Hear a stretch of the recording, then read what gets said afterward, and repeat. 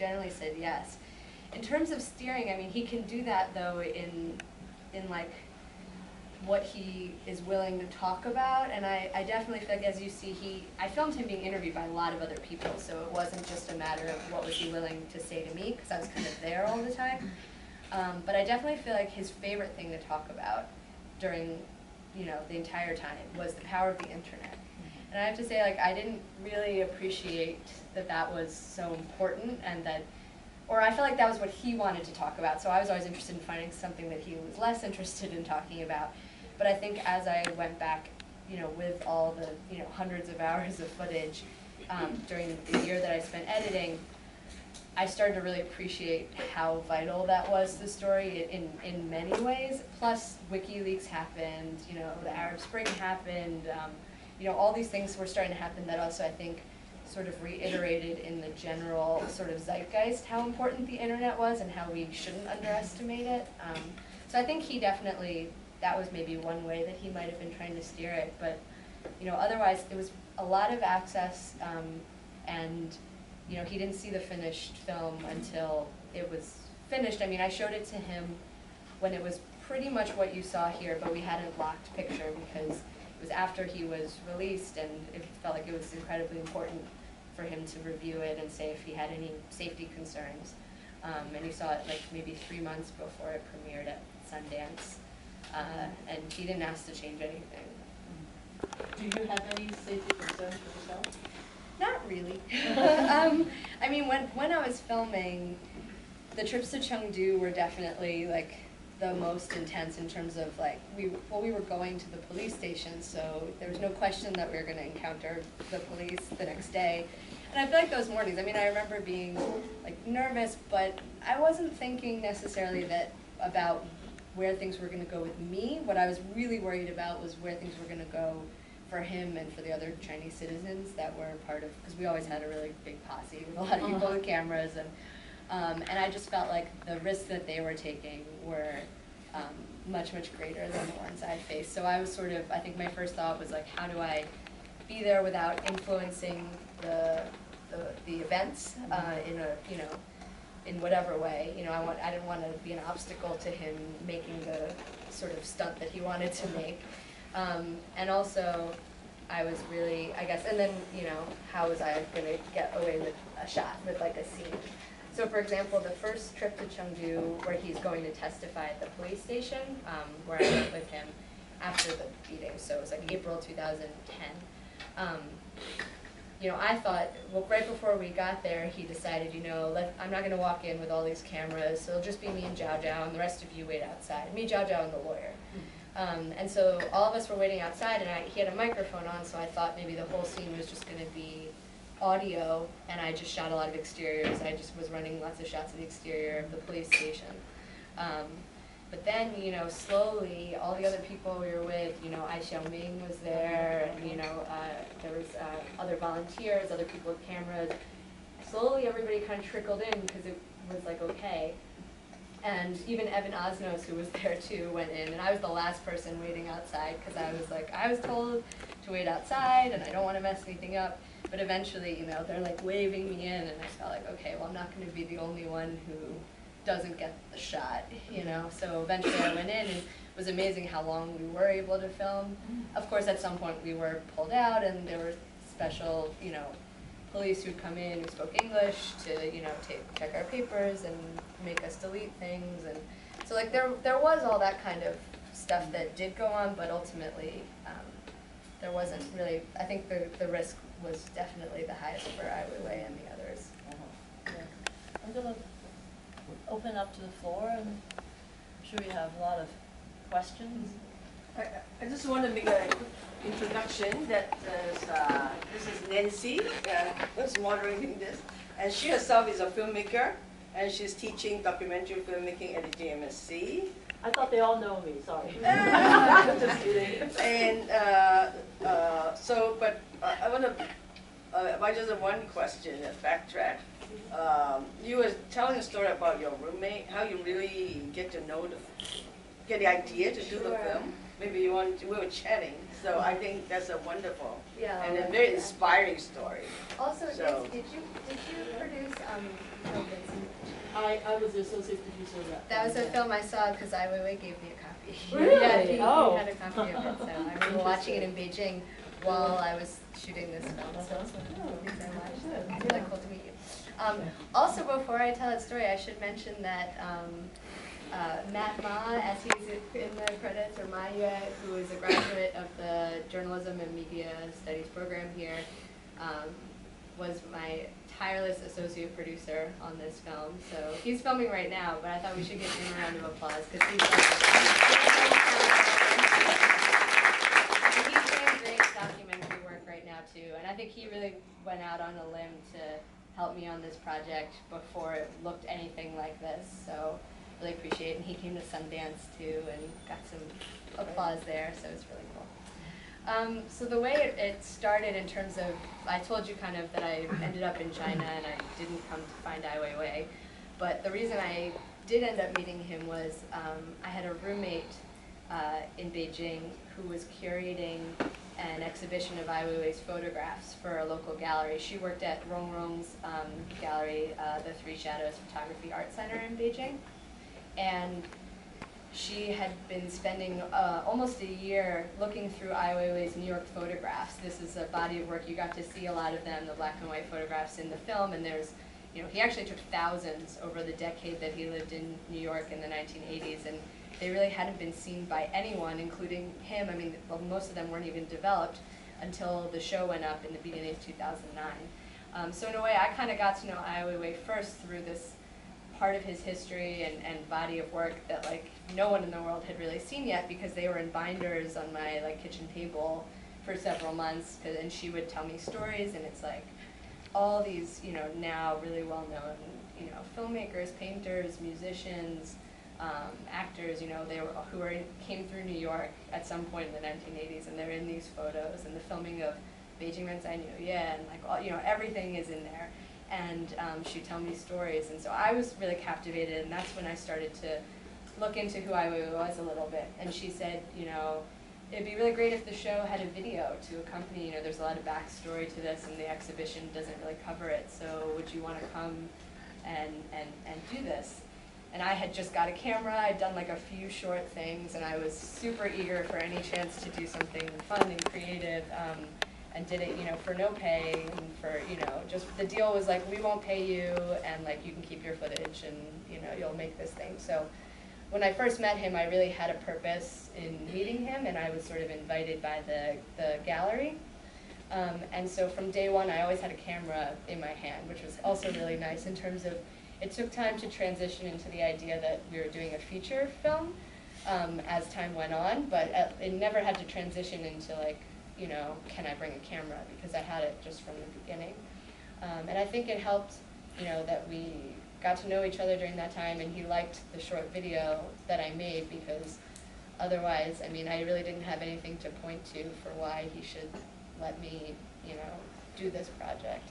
So I think this was a case where something started like very, very organically, but you know, now, I mean, I don't want to just replicate the same kind of thing, because that would be impossible, but I feel like all the importance of kind of, you know, having, whether it's having a strong character or just finding something that you personally find really compelling, I think, as a filmmaker, because this was years and years, and we didn't know what was going to happen, and we didn't know it was going to be so big, so I feel like you really have to love it in order to kind of stick with it and see it to the end, whatever project you're doing.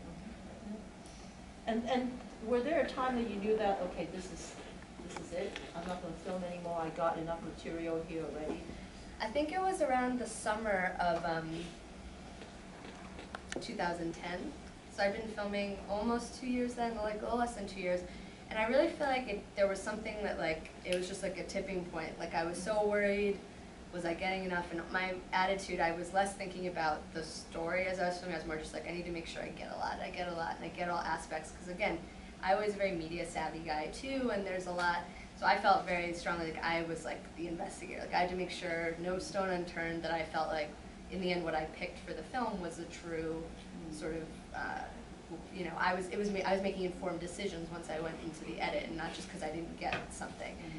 And I was really worried about that. And then the summer of 2010, I think it all of a sudden hit me between thinking of all the nice scenes that I had, like his mother coming, or the Zhao Zhao and the police filming each other on the street, suddenly I just started to feel like, well, I have a lot of really good scenes, and I have a lot to explain to the audience between, you know, his biography and all the different periods of his life, plus the Sichuan earthquake, plus the Olympics, plus, and suddenly I was like, oh my God, that, I sort of added it up, and I felt like that's, 90 minutes is going to go by like that. And so the Tate show was coming up and was going to be installed in the fall, and I felt like, you know what, that'll be the end. So when I went to the Tate, I really went with the mission of like, I'm going to find an ending shot, you know, like, and by then I had started working with an editor, and she was like, so I had someone coaching me too, who was like, find like a nice shot for the end, because I think she wasn't really convinced that it was, she's like, how's this going to end, but she was just getting to know the footage too. So when I went there, and I thought I got a nice end shot with, you know, him and his son on the seats, which again, if only I could stage something like that, but Weiwei doesn't really take direction, and certainly not from me, so I sort of felt like it was like wildlife photography. I was like really far away, but I was like, oh, that's so cute, and I sort of framed it so no one else was in the shot. And so I started to edit, and very quickly after, maybe like a month after, they announced they were going to demolish his studio in Shanghai, which was very much out of the blue. And I went back because I thought, so I was editing, I started to edit in New York, and I felt really that that was a really important part of the story. Also because I had been tracking his studio in Caochengdi, the whole village Caochengdi was under threat of demolition for actually on and off for many years. And that was this other story that I had been following, that eventually they got like the official sort of reprieve in 2010. So I was like, oh, I guess, I wasn't sure if that was going to be in the movie or not. And all of a sudden they're going to demolish something totally different, but I felt like sort of land right issues and demolition was a really important story in China, so I wanted it to be represented somehow in the film. So very quickly my ending wasn't an ending anymore, and we were sort of like, is it going to be an epilogue, or you know, of the demolition, or how are we going to do this? And then we were just sort of solidly editing for a couple months and then he got detained, which of course threw everything up in the air, like again. So a lot of false endings. And it was really hard to figure out how to start the film too. I would say that's really difficult in terms of editing. You know, there was a million endings and a million beginnings.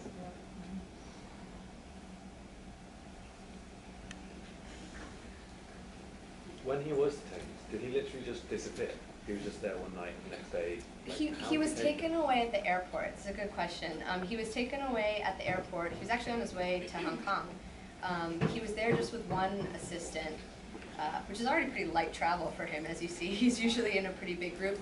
But they separated him from her, and they just said, you know, as they were going through security, they're like, he has some business, and we're going to take him. And she continued on to Hong Kong, but she had alerted people back in the studio, and immediately it was already on social media. So it was like maybe 10 or 11 o'clock at night in New York when this happened in the morning in Beijing, and I knew from social media, so I was like Skyping with people at the studio, you know, and so they were in the studio, and then they were like, oh, it's weird, the power just went off, we're gonna like go get lunch. And then the next thing was they had raided the studio, and a lot of people were taken for questioning, and I was sort of like up all night, able to be in touch with people and following both through social media and through, you know, my phone calls. And it was really crazy too, because the journalists in Beijing themselves were like, a couple of people even called me that night for like information, because all the other, I was working, the last 2 years I should say, I was working as an accredited journalist. Pretty much the whole time I was shooting this, I was working as an accredited journalist too. So the other, other sort of colleagues had known that I was working on something with Ai Weiwei. So when this happened, and information was so kind of hard to get within Beijing, some people were calling New York to me because they knew I was talking to people. But it was basically that the authorities didn't really even claim that they had him for a few days. They didn't really sort of, I don't know why that was, or if, you know, but after a few days they said, yes, we have him, and he's being investigated for financial crimes, which was, I think, also kind of surprising to everyone in the sense, but relieving, because people were like, is it going to be, you know, a subversion charge, or is it going to be just something else?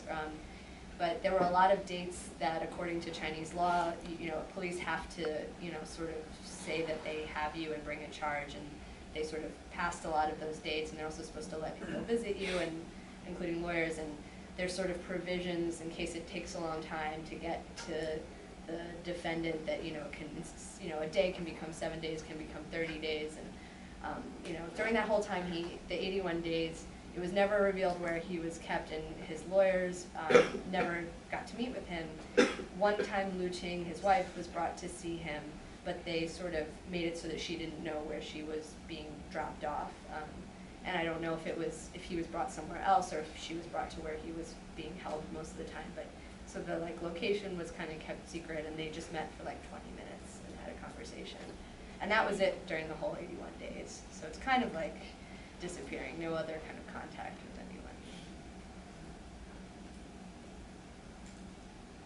Can I ask how the project was funded? Sure. Are you a filmmaker? I always find filmmakers ask that question. So in the beginning, as you heard, is just kind of started as my, I started filming the first 20 hours for the other kind of project, and then I kept finding excuses to keep coming back, and I lived in Beijing, so that worked. The earliest money, we sort of got some support from a nonprofit in New York called Muse Film and Television, and they kind of acted like a fiscal sponsor, basically, so they can take foundation money. And so we got money from 2 Art World kind of donors in New York, and the Henry Luce Foundation. And that pretty much funded all production, since I shot it myself and, again, was living there, so it was not too bad. And post-production was funded then in every way possible. We did a Kickstarter, we got a grant from Sundance. We applied to lots of grants, we didn't get 2, but we did get Sundance. We got the Jerome Foundation. There was private money too. So it kind of ended up being everything possible. And then we premiered at Sundance and then at Berlin, and really had, theatrical releases in most territories, which was really, for a documentary, it was pretty big. We were really disappointed we didn't get a chance to do that here. But I also understand maybe the market for documentaries being in theaters is really tight here too. But we were in theaters in Taiwan, so that was kind of the closest where we were. Do you know what Kickstarter is? Do you know? Oh, okay, all right. It's great. Kickstarter, it helps, a lot of independent filmmakers make films. It's amazing. Yeah, it's a crowdfunding platform, basically. And we had people definitely, I think from Hong Kong, Singapore, you can collect money from all over. Then you just have to pay more when you ship them their kind of gifts at the end. But we definitely had a lot of international support. And our Kickstarter campaign was launched a few days before it was detained. So it was running, the entirety of the Kickstarter campaign was pretty much during that time. So a lot of people were kind of being awakened and sort of, activated by that news. And, there's not really much to do to help anyway, but then there was this film that had been underway for so many years, and so I feel like we also benefited from a outpouring of support. How did you come up with the name Weiwei Never Sorry? That's another one where it's hard, right? So many names, it's hard to figure out what the name was. I think the reason we ended up coming up with that name was kind of as a riff on the name of his show in Munich, So Sorry. So Sorry, his explanation, although there might be multiple explanations for that name of that show, was the idea that, when people give you that really false apology, when, they're like, oh, we're so sorry for that, and they're really not sorry. So I think that was where he came up with the name So Sorry. But I guess we just kind of thought, our team was trying to think of names, and we thought Never Sorry was more descriptive of his kind of attitude. And then the Chinese name our official Chinese name is Dao Chen Ni Mei, which is we kind of decided that with our Twitter followers, who are a lot of, I understand that it doesn't really play that well in Hong Kong or even Taiwan, but that mainland, it's good slang. So we picked that name, even though in Taiwan, because we had a distributor in Taiwan, and they wrote to me and they said, look, we really think your name, nobody here is going to understand it. And I was like, well, I really want you to use that name because I do feel like people like, you know, people online know us. Like I feel like we did have pretty good name recognition for people who knew about the movie from social media and stuff. But if you think that people, you know your audience, so they're not going to get it, I guess you can change it. What do you want to change to? So in Taiwan, the official Chinese name of the film is Weiwei, Tao Ni Ma. That's the name that the like head of the company, you know, this company picked, which I was like, really? And I was like, isn't that a little sort of, you know, blunt or something? But he was like, no, like I think people will get it and laugh. So posters all over Taipei that say, Weiwei Tao Ni Ma. It's like the same, it's our same poster, but like with those words. So you should check out for that online. I'm sure you could find it. So I thought that was Those would be pretty collector's funny. items now. Yeah, right? I thought that was really funny. And I had to, and when I was there and did like press, I took so many pictures of like me holding a poster going like this, and I was like, there's a lot of pictures of me with a middle finger now after this year. my family's, I guess, okay with it. So what was the English translation for the Taiwanese stuff? It's grass mud horse. But if you say it, but it's like a homonym with different tones for fuck your mom. Excuse me. So, yeah, that's what it is. So again, the characters they used are grass, mud, horse, but the idea is that it kind of signifies, which I also thought was really interesting because that's something that's sort of developed as like coded language in a humorous way to get around, you know, censors on the internet in China, but Taiwan doesn't need that. But I felt like that was really interesting. Either people just would get it because it's funny, but I think it's more like because young people, you know, in all these, you know, all Mandarin-speaking countries kind of like know about this, and like they know about this character, and it's like just like a funny joke for people. So I was surprised. I didn't know it was such a good joke in Thailand too. It worked. I really think that your film will have a huge audience in Hong Kong.